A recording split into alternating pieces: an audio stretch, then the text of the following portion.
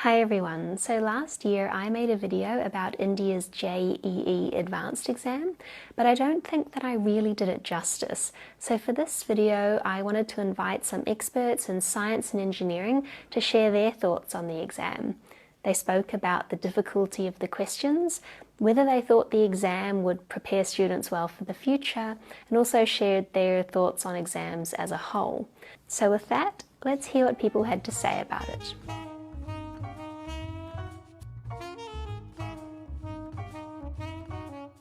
It's really quite ambitious that they're trying to test chemistry and physics and maths, and the paper is laid out fairly nicely in that you have to earn 1 mark per minute. Looking at the questions, a lot of them are in some sense sort of elementary in the sense that they use the kind of maths taught in high schools, although in some areas I would say the syllabus in calculus and a couple of other areas goes somewhat beyond what is currently taught in Australian schools or currently examined in Australian schools. But a lot of the questions are basically tricky or slightly sneaky, but also don't necessarily require you to work through the question in full detail.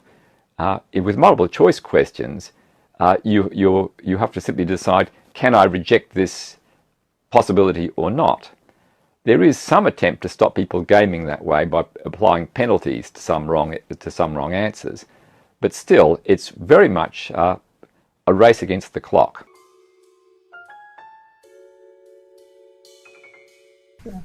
I had a look at a couple of the 1-hour maths sections of papers, and I would say I would be fairly challenged to get a decent result on those in an hour. Partly because as a professional mathematician, I'm interested in actually telling a story when I answer a problem. I want to lay out why the answer I'm producing is the answer. Simply being able to say, oh, the answer is 27, to me is not so helpful or so interesting. And in terms of future success in mathematics, or indeed in many scientific disciplines, the ability to reason properly and to explain your reasoning clearly is terribly, terribly important. So while I have no reason to believe that using the exam the way it's used isn't selecting very bright students for the engineering colleges that they're going to, it's not clear to me that it's the optimal selector of that. And there is also the ugly question of coaching and unequal access to resources. We all know that in any educational system, if you go to a good school, well-resourced with the best teachers and so on like that, you expect a better outcome. That's ultimately the main justification for spending money on education as a society, that if you work harder at it, you produce better results. But with these race against the clock style examinations, there's a trade-off between the student's ability in the subject, natural intelligence and other things like that, and they're having been trained to deal with examinations of this type. Exams can have different purpose, and entry exams that are sort of in a form of a drill type of questions usually require students to prepare a lot before to practice. Brain is like any other muscle. The more you practice it, the better it gets. So when you have a large pool of candidates and only a small number of spaces, usually you have drill exams, because what they're showing is whether the candidate is serious enough, whether they're able to practice, and how they perform under time-limited, pressured environment conditions. They're not necessarily prediction whether that candidate will then do very well in the next step of education.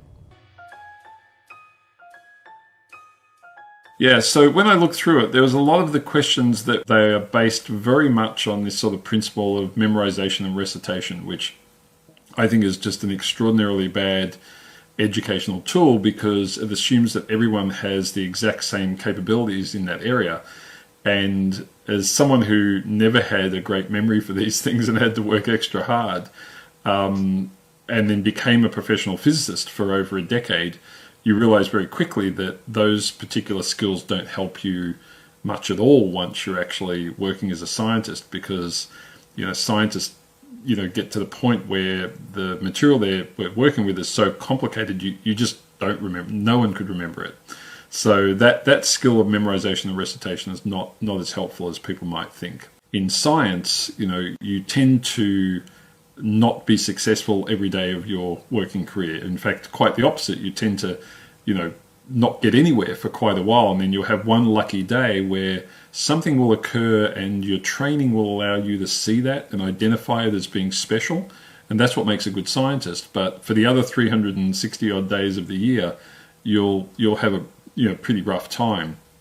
And those sorts of skills, those sorts of resilience skills, and understanding how science and engineering work, the process of falsification is not something that is tested at all in these sorts of examinations, and it's unfortunate, because you want people with those skills more than you want people with skills with memorization capabilities.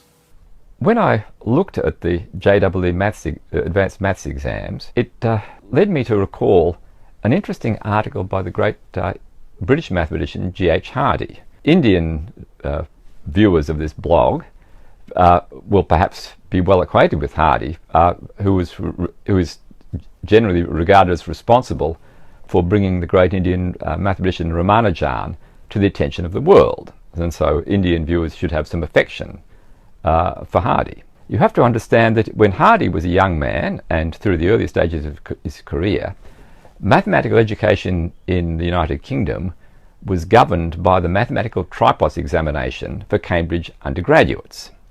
This was a highly competitive examination, an examination of great difficulty in the sense that it required a large amount of preparation and training, paying for professional coaching and so on like that. And on the basis of your tripos result, this could lead to academic possibilities, but also to high positions in the British civil service and the colonial office and things like that. In fact, it was viewed generically as some kind of way of detecting deep intellectual superiority and ranking people. And Hardy didn't have much time for that. Hardy was actually quite a fan of examinations and quite a fan of lecturing, as I am, and this is unfashionable these days. What he was not comfortable with was the tripos, particularly in the first version in which he encountered it. In order for the exam to work the way it did, a kind of culture had built up in terms of the setting of the questions, the kinds of questions, and so on like that. And most of these had very little to do with mathematics that was either practically used or intellectually interesting or anything recent in mathematics.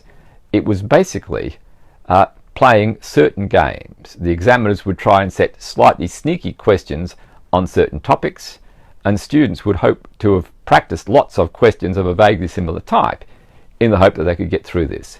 And Hardy saw this as actually warping mathematical education in the United Kingdom. So Hardy's argument was examinations of the tripos style are not a very good way to rank people intellectually, and therefore perhaps one might consider doing things differently. It would be drawing a long bow to claim that the JEE Advanced examination suffers from the defects of the tripos.